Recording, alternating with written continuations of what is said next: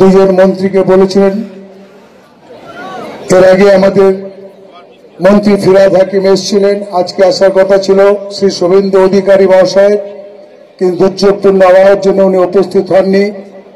আমাদের মাঝে উপস্থিত হয়েছেন এই জেলার ডিএম শ্রী কৌশিক ভট্টাচার্য এবং এসপি সমেত অন্যান্য যে পুলিশ সিনিয়র আধিকারিক তারা উপস্থিত আছেন।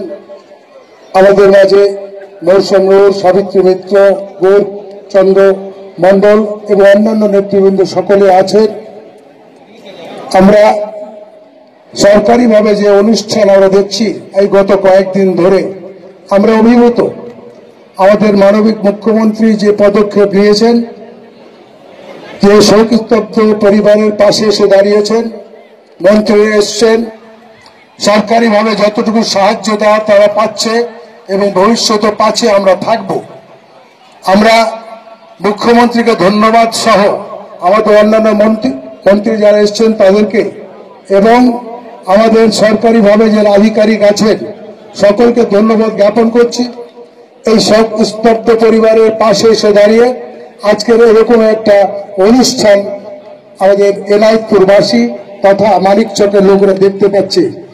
পরিশেষে আমি এটুকু বলবো, ঈশ্বর আল্লাহ যাই থাক, তিনি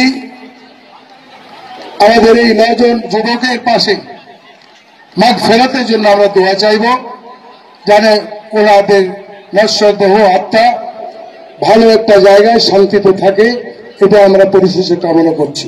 এই বলে আমি বক্তব্য শেষ করলাম। ধন্যবাদ।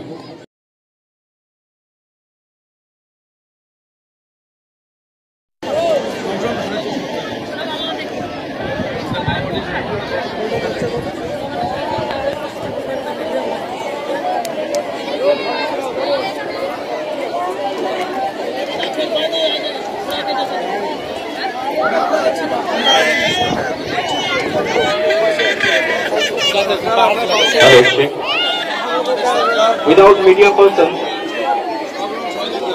all the guests are requested. Please make sure this ground should be clear. Except all the media persons, all our guests are requested. Please leave the accommodation.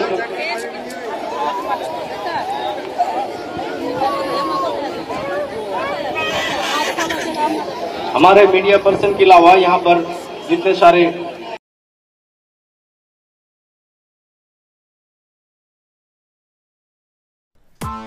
press the bell icon on the YouTube app